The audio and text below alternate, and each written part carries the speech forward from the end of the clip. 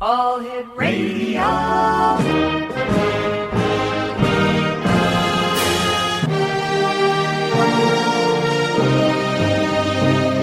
Welcome to the X Zone, a place where fact is fiction and fiction is reality. Now, here's your host, Rob McConnell.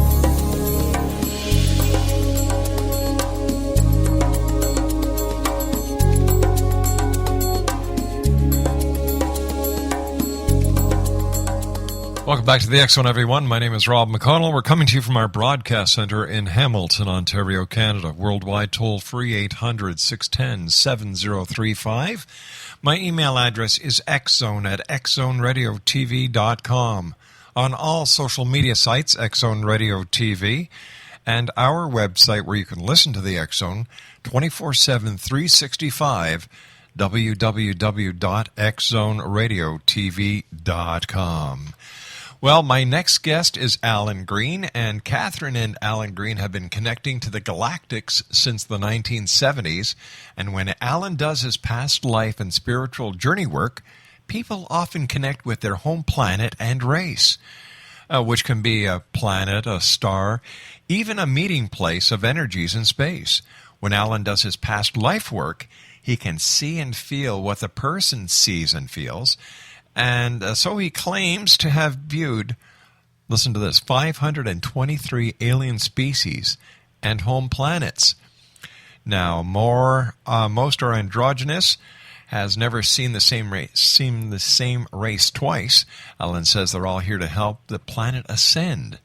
Catherine and Allan were in Lemuria, where Hawaii is present day, and Atlantis. They claim to have galactic children on the other side, taken from their sperm and eggs even before they met in this lifetime. Now, in the 1990s, Allan removed 57 implants from one person, and they tag teamed together to search out and remove them on a constant basis now.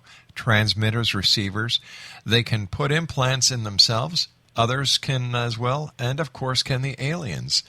Joining me now from the nation's capital, Ottawa, in the Ottawa area I should say, is Allan Green. And Allan, welcome to the X Zone. It's wonderful to be here. Thank you very much. It's up to 530 alien species and planets that I've seen now. 530? As of last Saturday. So tell me, Allan, how did you get started doing the work that you're doing? Well, years ago, you find usually you have a special gift to do something by accident. Yes. I was in a spook group back in 1982, which is deep trance channelers, people who would actually leave their body and a spirit would come in and speak through them.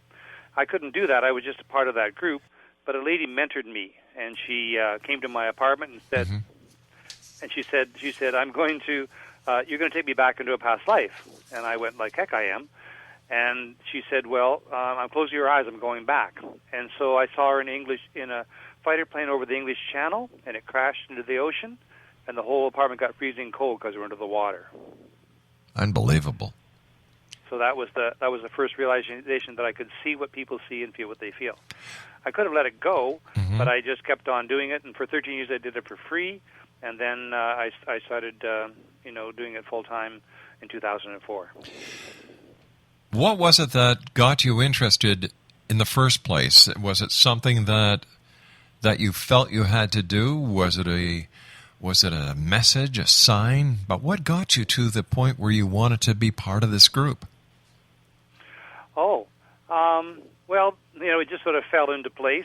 Right. And I had the ability, I found out in the 1970s, I had the ability to see spirits around people, and they could be as clear as a person I could meet on the street. And it got to be really kind of crazy because I would go to parties, and I would, I didn't know who was real. And I would put my hand up to a person, and if my hand would go through them, I would leave my shoelaces untied, so if I didn't know if the person was real, I would bend down and see if my hand went through their foot.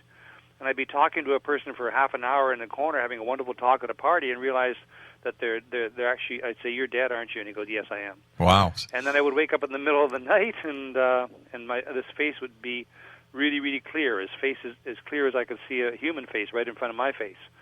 And it got to be really kind of a circus, and there was a lot of dark forces around people. Like when everybody's got an addiction, a person has a tendency to have a dark force around them that's feeding off that.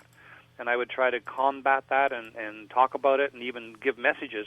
But in the 1970s, nobody was really interested.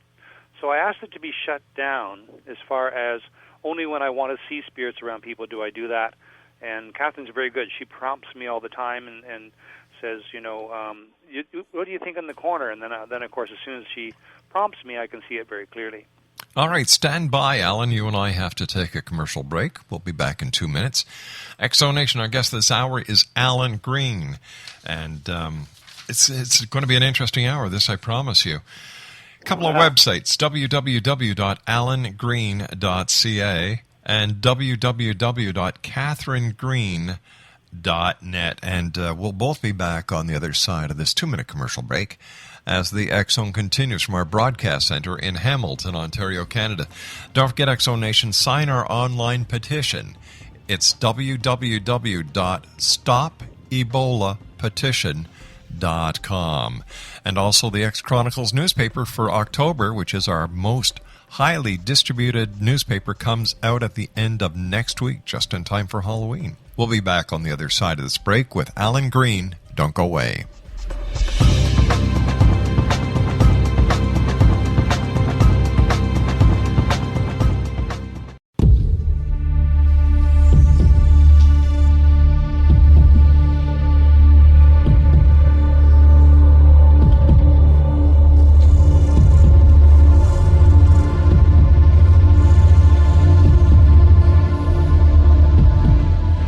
Welcome back, everyone. Allan Green is my guest this hour. 2 websites, www.allangreen.ca and www.catherinegreen.net.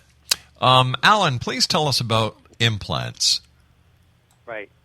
Well, about 20 years ago, I was doing a past life session with a lady, and I can see what people see and feel what they feel. And as we're starting, I looked up, and it looked like a guillotine. It looked like a blade of a guillotine. I went, "Oh, what a great way to start a past life with her head cut off." and I said, "Now I can't see it till the person focuses on it." So I said, "Would you look above you and see what that is?" And she saw it was a big hospital light, like one of those big, chrome lights with all the lights in it. And she was lying on a table, and there was these 5 aliens putting implants in her body, in her etheric body. And we were watching that happen, and then all of a sudden we felt her morph down into the human body, into her mother's womb, and she kept saying, "I don't want to do this. I don't want to do this." And so anyway, we removed 57 implants from her that day. Wow. And what had happened was her great grandchildren in the future realized or thought that the mind was everything that mattered, and they didn't care anything about the body. And, of course, as they think more the mind is everything and the body isn't recognized and emotions aren't felt, then the body starts to deteriorate. And basically, in the future, the race was dying because they didn't have any connection. So they put all these implants in it, and she had agreed to this happening, put the implants in her so that she could monitor what it's like to feel, what it's like to feel movement. There were 2 little things that were black, like cigar things that in her neck that looked like those little licorice cigars you had when you were a kid. Yeah. They were in her neck, and they would monitor her movement that way. They were in her body. They were in her vagina to see what it would be like to feel that again. They were all over the place, and we were removing them, and I had never done this before, but we knew that we had to do it. She got down to about her thighs, and she shook really hard, and I said, "What's the matter?" She says, "I've given birth to 4 kids. I just gave birth to something. What is it?" And I said, "Probably the real you for the first time." Then we went down, and they were in her knees, they were on her feet, they were in the soles of her feet so they could feel what it's like to walk again. And so we finally finished, and every time we remove implants, it seems that there happens to be a bit of a toxin release, so the person goes to the washroom. So basically she went to the washroom, and I closed my eyes, and I'm sort of meditating and saying to myself, "Gosh, what happened? I can't believe this just happened." And I opened my eyes, and the 5 aliens were standing in front of me. And basically, I guess where there's no time where they are, no linear time, and basically they were there looking at me in kind of like awe, like, what happened or why did you do that? I looked at them and I said, she's clear. She doesn't want this to happen anymore, and you must leave. And we've sealed her, and she's safe. And they kind of nodded, and they left. But before they left, they gave me a message. And she came back from the washroom, and she sat down, and I said, I'm going to ask you an unusual question. Do you go into a room full of people that you've never met before, and everybody just loves you? They come up and hug you and everything? She goes, yeah, that happens all the time. I said, do you also go into a room full of people you've never met before, and those people, everybody hates you, and they sneer at you, and they swear at you? She goes, yeah, that happens too. Well, what happens is these alien implants, they wanted to find out in the future so much about what was going on in feelings that they sent out negative vibrations and positive vibrations through those implants to see what the reaction would be back. And so her whole life she was been going through a roller coaster doing this. And she phoned me about 2 weeks later. She said, my life is back to normal, and I can't thank you enough. Now, what do you do with the implants? What do you do with the implants when I remove them? Yes. Yeah. Basically, we send white light into it. There's many different ways an implant can be in a body. Often there's an implant in your stomach. Let's say there'll be tentacles that will go and wrap itself around your spinal cord or your organs. So you have to be able to track them back. And you send white light into it, and basically the tentacles retract back into the organism, and then you can actually etherically lift it out of your body. Now, what happens is, as our frequency raises on the planet, and it's raising really fast all the time, the implants that were put in at a lower vibration can't handle that low energy, and they're forced to the surface. So basically, you can actually, shake your arm and say, my arm feels terrible, I don't like that, and you move quick, and you've actually thrown an implant out of your body. And basically, there's many different types of implants, and Catherine and I are really good at seeing them and moving them out. There can be a transmitter where you're just transmitting back to your home planet. There could be one that wants to track you, make sure you're okay, so if the world goes down, they'll come and pick you up. Another one where you put them in yourself.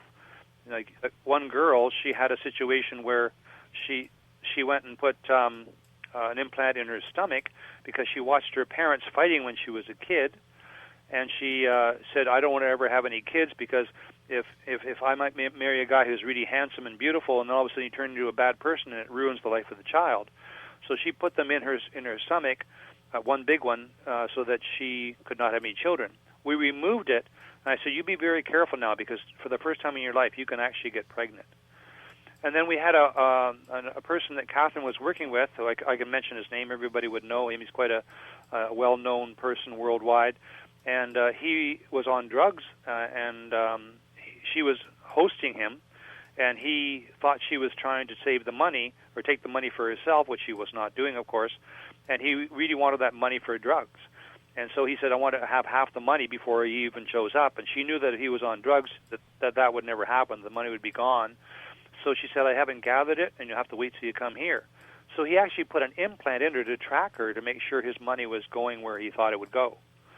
And basically, 2 years, that happened in 2000, back in the 1990s. And when we got married, she came up to me and said, there's this problem in my neck. I don't know what it is. And I'm practical, so I just thought it was maybe a muscle spasm. I said, well, if it's still there tomorrow, we'll check it out. Went in, there was a little implant about, an inch, half an inch long and about, half an inch wide. It was square and it was purple. And we removed it, and the pain went away right away. Now, what happens is with implants, they're either attached to a consciousness or they have their own consciousness. So according to free will on this planet, when we do remove them, we look at them and we talk to them, and they have to tell us where they come from. And we can track it back to the moment that it came in, the alien race that it came in, or even, the corporations sometimes will put in an implant in a person too, or some organizations. There's a couple of large organizations, I won't mention their names, but they in all their high officials that know all the top secrets of the place, they put implants in those people. And a gentleman came to our home, and he was in really bad shape. He had just retired from one of those big companies, and he went and he was dying. And when we sat on the couch, and we didn't even go up to a sacred room and try and remove anything, but we saw the implant and we removed it, and he was right better. Because if he had so much knowledge, they wanted to get rid of him. And so now he's living a normal life. But what do you do when you take the implant out? Is it a physical implant, or is it a... It's always etherical. Okay, so there's the person... Okay. The person can feel it coming to the surface, and they grab onto it, and then we create a force field in front of them that is like the white light you go to when you pass over, and basically they hand it into the light. And we've seen miraculous things happen instantaneously. How do you deal with skepticism? Because I'm sitting here and I'm thinking, okay, wow, this is neat, when Dr. Lear and Daryl Sims remove an implant, they take photos of it, they send it to a laboratory to get an analysis, and they share the information with the world. Right. But yours are basically imaginary. Well, the thing is that when we don't really consider the alien thing anything outside of ourselves. It's a natural part of the progression on this planet. We are connected with the Galactic Federation of Light, and basically these implants, we don't realize the power we have as human beings, that we can actually recognize things, and we can also remove things if we want to. And that's just the way it is. All right, so tell me more about the galactic, what's it called, the Galactic Federation of Light? Tell me about that. Well, the Galactic Federation of Light is a federation that is here to associate with the world and help the world with its ascension. And basically, Catherine and I are a part of that Galactic Federation of Light. You can be a human being and a spirit guide for somebody at the same time. This has been shown thousands of times. I've had over 23,000 individual journeys with people, so that's been shown. So you can also be here on the planet and somewhere else at the same time. And I had a lady actually inform me. She called back in the early 2000s, and she said, "Are you Allan Green?" And I said, "Yes." And she said, "I want you to inform me that you are now a commander in the Galactic Federation of Light." And I went, "Okay, who are you?" And she just hung up. And the whole point is that she collects this information, and she heard my name, and she researched me through different places that I worked in Toronto, and called me, and her information was to tell me that. So as a commander, what do you do? Well, I don't know on the other side. Frankly, all I care about is being a human being. I accept that as part of my reality, but basically I just, Catherine and I, before we came to Earth, we have actually transported ourselves back, and we saw that we had fleets. We had fleets that were huge, and she was the commander of her fleet, and I was the commander of my fleet. And we basically went through the universe, and we protected planets. Basically, we went and, if a planet was being bullied or somebody's going to try and take it over, by the size of our fleet, we wouldn't have to fire any weapons at all or anything because of the sheer size. It was intimidation. And so that's what we did. And then this is the third time that Earth has been tried. The first time was way out in the universe, and the second time was in the Pleiades, and the third time's here. And this is the time we're going to get it right. So basically, we fled to Lemuria, which is where Hawaii is right now, and that's where it was our first life on this planet.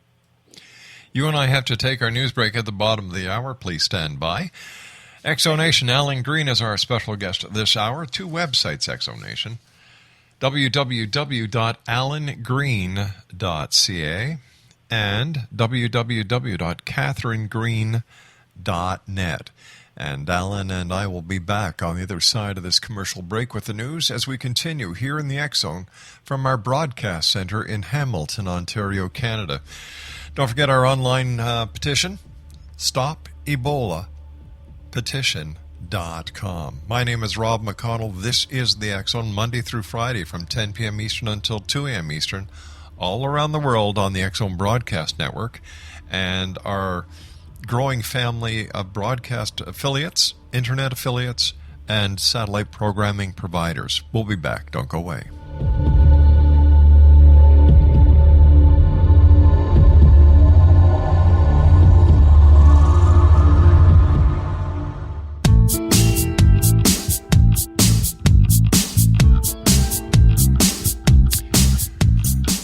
Welcome back, everyone. Allan Green is our special guest. www.allangreen.ca and www.catherinegreen.net. And we're talking about alien implants. We're talking about the Galactic Federation of Light. And before we went to the commercial break, you were telling us that both you and Catherine were commanders of fleets, large fleets. And what kind of fleets were you commanders of? Were they starships?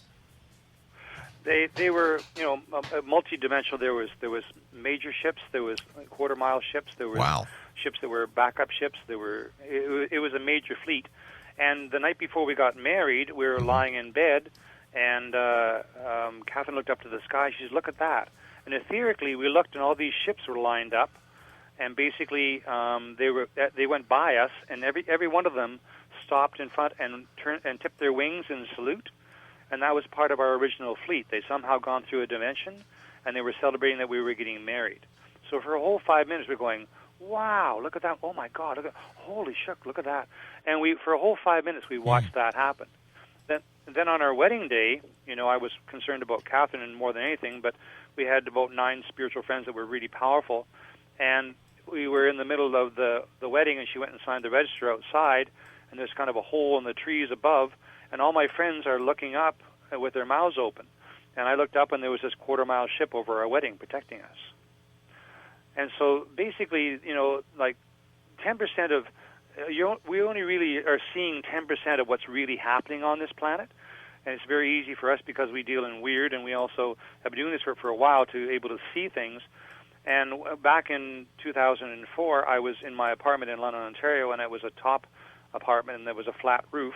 Mm-hmm. And basically, I was working with a lady who was doing Reiki with me, and all of a sudden, I said, "There's a quarter-mile ship over the house." And all of a sudden, 3 aliens just popped down, really short ones, beside me. And I said, I kind of laughed, and I said, "Well, come on closer." And they came closer, and they put this kind of a pad on my stomach, and then it had an etheric crystal ball. Psychically, I could see it. And I said, "I guess I'm supposed to accept it." So I pushed it down inside my stomach. And then all of a sudden, they came out with this big book, and they were reading pages like a contract I had made or something.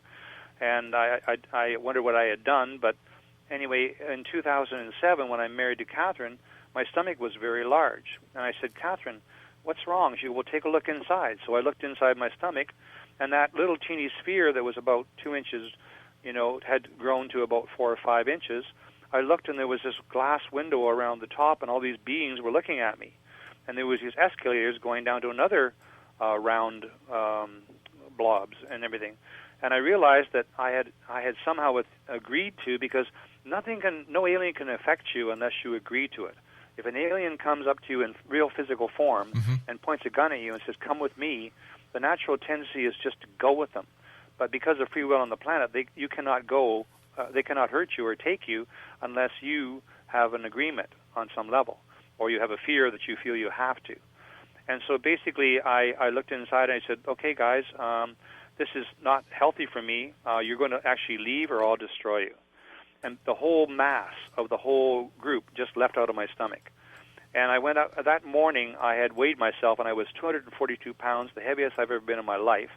As soon as that happened, I went upstairs and weighed myself. I was 222 pounds. I lost 20 pounds in a matter of minutes. Allan, what was your profession prior to doing the work you do now? I was a professional musician for 25 years, and I also worked for UPS in Canpar. Wow, super.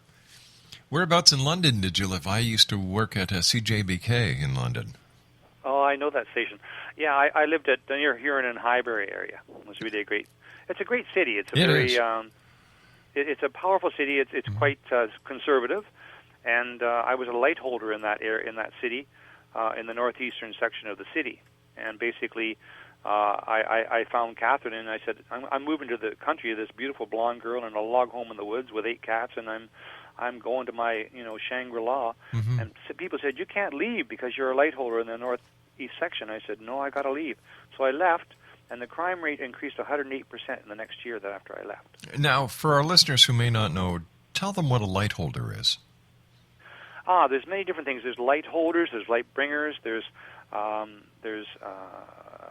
people who a light holder is somebody who holds the energy of the light and keeps the vibration as high as it can possibly be in that area. There were other light holders in London, of course. I wasn't the only one. And then a person can be a light bringer, and that's called a Lucinda. Then there can be love light workers, and there can be light workers too.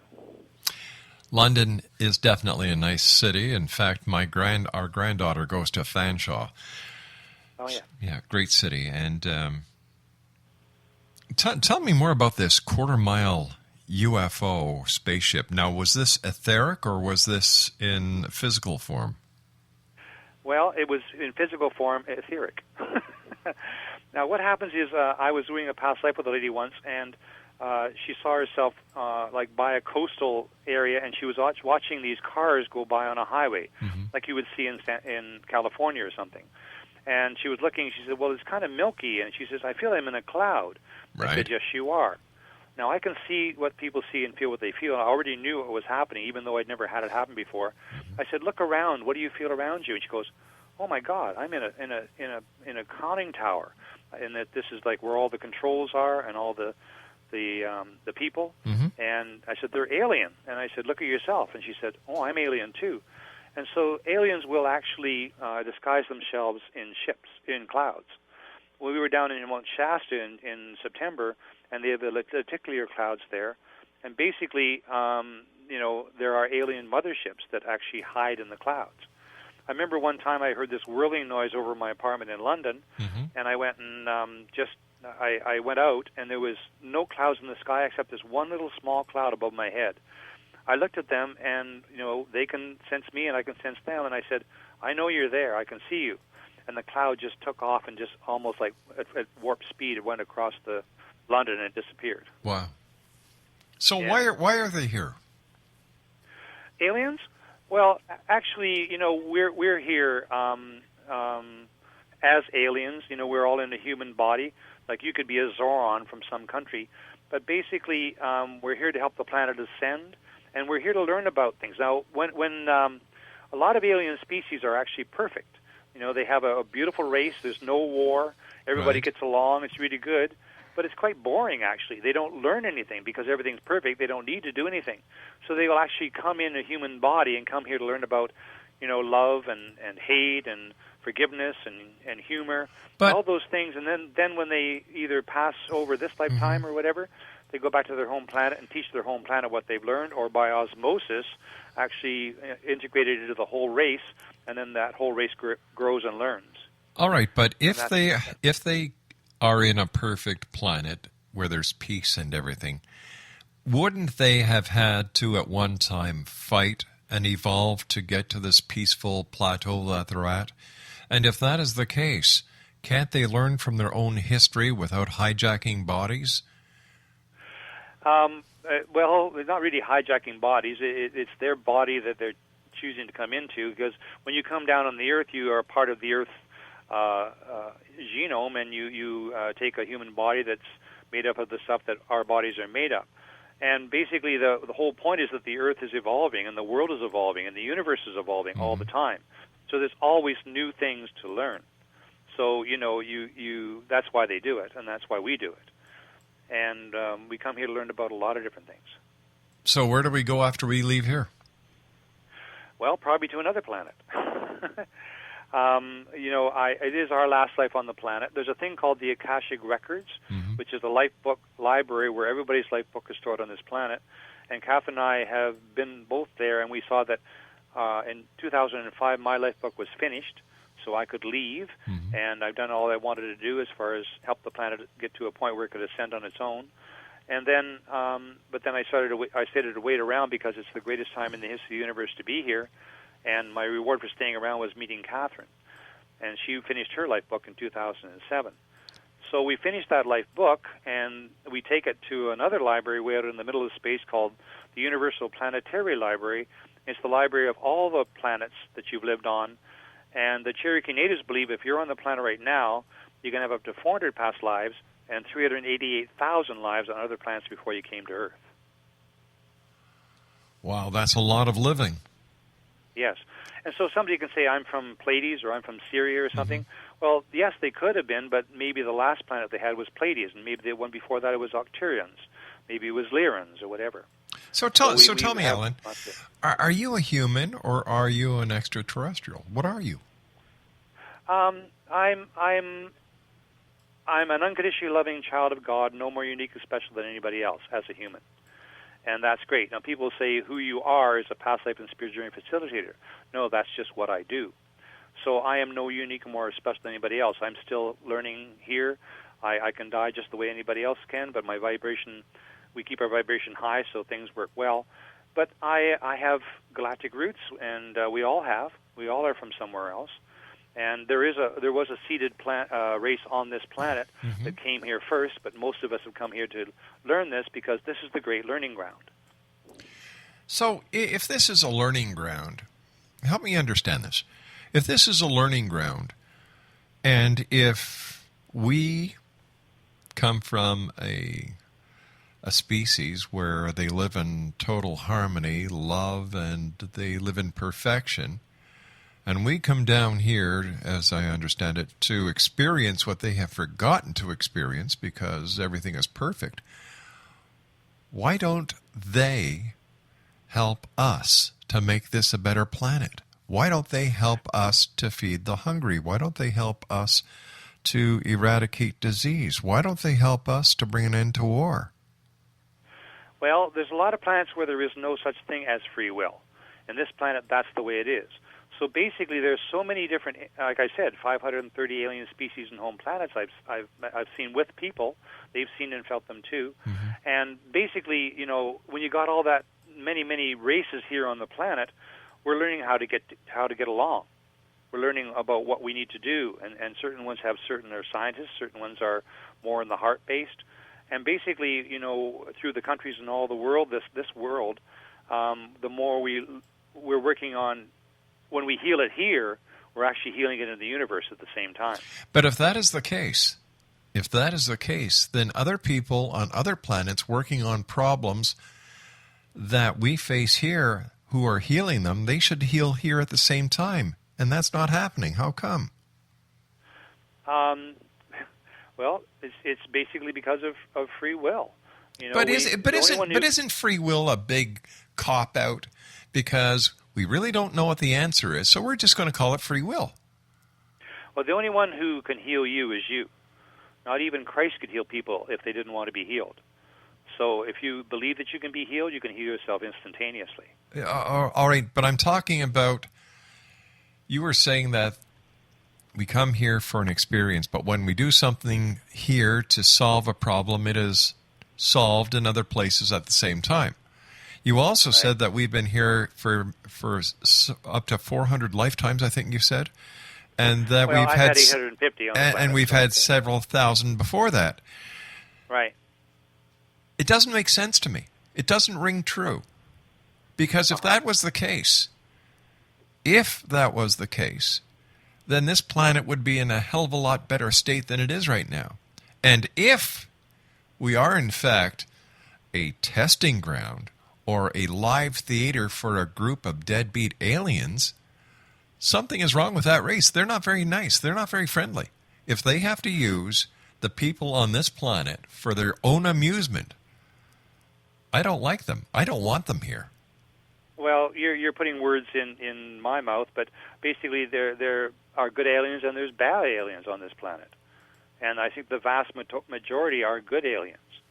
And they're here to help us learn about ourselves and learn how we can connect with everybody and be a part of the universe and ascend. And this is the first time in the history of the universe that a planet is actually ascending with the people. How do we know and that? The women are leading this. How do we know that? And the women are leading the spiritual journey forward. How do we know this to be true? How do we know this isn't a folklore, a myth, or a legend? How do we know it's real? Well, you know, people who are it's happening to you whether you know it or not, and basically on this planet, everything is sped up. You know, like when Hale-Bopp, the comet, came through back in 1997, it increased the frequency of the planet from 6.5 megahertz to 11.5 megahertz. So everything we thought negative came back twice as fast, everything positive came back twice as fast, and everything that we intended on happening happened twice as fast. And so this planet is moving fast, really fast forward, and things that would take 10 years to learn, we can learn in 10 months or 10 minutes. And so this is part of ascension. And ascension is a situation where we're not really leaving the planet, but the world evolves differently around you. Okay, so let me ask you this: if we are learning faster, how come it still takes 8 years to get a master's? How come it takes 8 years for a doctor to go through his residency, his internship? That hasn't increased. That's because we've declared that should be the process. You know, one of the things that anybody who's spiritual, a main function is helping people remember what they already know. And I was never trained in doing past lives because I let the universe show me. And as I worked with more people, it got better and better on the other side. And basically, who brings people, us the people, are the people's guides. So we get well known on the other side in the spirit realm, and we get bookings. All right, stand by. We've got to take our final break for this hour. This is the X Zone. My name is Rob McConnell. We're coming to you from our broadcast center in Hamilton, Ontario, Canada. My guest this hour, Allan Green. And if you'd like to find out more about Allan or his wife, Catherine, their website is www. Wait a sec, I just had it here a second ago. Where did it go, Craig? Oh, here it is. Thanks. www.allangreen.ca and www.catherinegreen.net. I'll be back on the other side of this commercial break as we wrap up this hour here in the X Zone from our broadcast center in Hamilton, Ontario, Canada. Don't go away.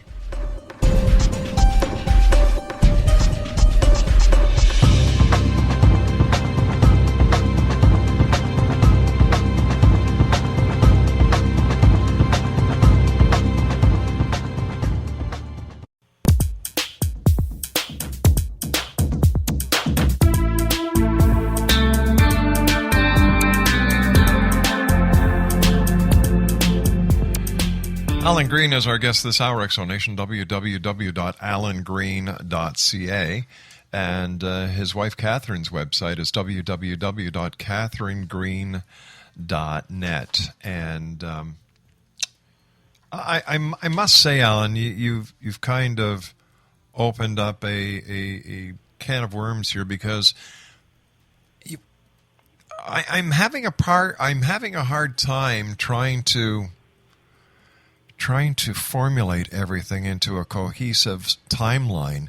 You know, you've got aliens, you've got alien implants, you've got UFOs that hide in clouds, you've got motherships in clouds, you have quarter-mile sized UFOs over a place in London, Ontario. You've got a sphere that was given to you by the aliens. You put it in your stomach. I believe it's esoteric. And yes. It went from 1 inch to 4 inches, and at the time when you took out the esoteric mass, you lost 20 pounds. You claim you say you're a commander in the Federation of Light. All this seems. Now, what happens is, all this seems to be surreal. What happens is when a psychic says they see a spirit around a person, they don't really see that spirit; they feel that spirit. Mm-hmm. And you're talking from a very mind-based thing that needs logical, practical analysis. I like to call it realistic. Oh, okay. Well, I'm about as realistic as anybody else. You know, when Catherine had an implant in, I thought, well, it could just be a muscle spasm. I didn't even care about looking at it until we looked and we found it was that. And I believe that, mosquitoes, black flies, deer flies, they all come from aliens who don't like humans. That's a bit of a joke, by the way. Yeah, but I don't know if you're serious or not now. Okay. Well, I'm dead serious. I was just making a joke that we don't like mosquitoes or black flies or deer flies. Oh. So I'm just making a joke that they probably came from some alien who doesn't like humans. I gotcha. Okay. But you're not saying that they were brought here by the aliens. No, they're not. Okay, gotcha. All righty. So what is your final word for the X Zone Nation tonight? That there's a lot of presences on this planet who do not want this planet to evolve, mm-hmm. and the women are leading the spiritual journey forward. Yeah, they always have. Support them. They always have. And men are supposed to support them. Not only we're supposed to give some of our power and learn about our own power at mm-hmm. the same time. So men who are spiritual have no problem with that. Men who love women and understand and respect women have no problem with that. It's the macho men and the corporations and the governments that don't want that to happen. Oh, I don't. I think you're a little off the key there when you say the corporations and the government. I don't think there's a government or corporate conspiracy to keep women out of the mainstream. I think that, as we're seeing now, more and more women are entering corporate workplace, corporate executives, presidents of company, and look at GM, for goodness sake. They've got a woman who's president. Mm-hmm. And, well, mind you, we also are doing what they need to do. We also had Flora MacDonald as our prime minister for a short period of time, and boy, did she ever screw things up. Okay. All right, listen, I want to thank you very much for joining us tonight, Allan. It's been a pleasure talking to you. Take care of yourself. Please give my best to Catherine. And I look forward to the next time you and I meet here in the X Zone. Until then, be safe and travel well. Thank you so much. Good night. Good night now. All right, X Zone Nation, Allan Green has been my guest this hour. www.allangreen.ca and catherinegreen.net. I'll be back on the other side of this break as we continue here in the X Zone from our broadcast center in Hamilton, Ontario, Canada. Don't forget, you can always send an email to xzone@xzoneradiotv.com, and you can listen to us 7/24/365 at www.xzoneradiotv.com or by calling 213-401-0080. Don't go away. This is the X Zone. I'll be back.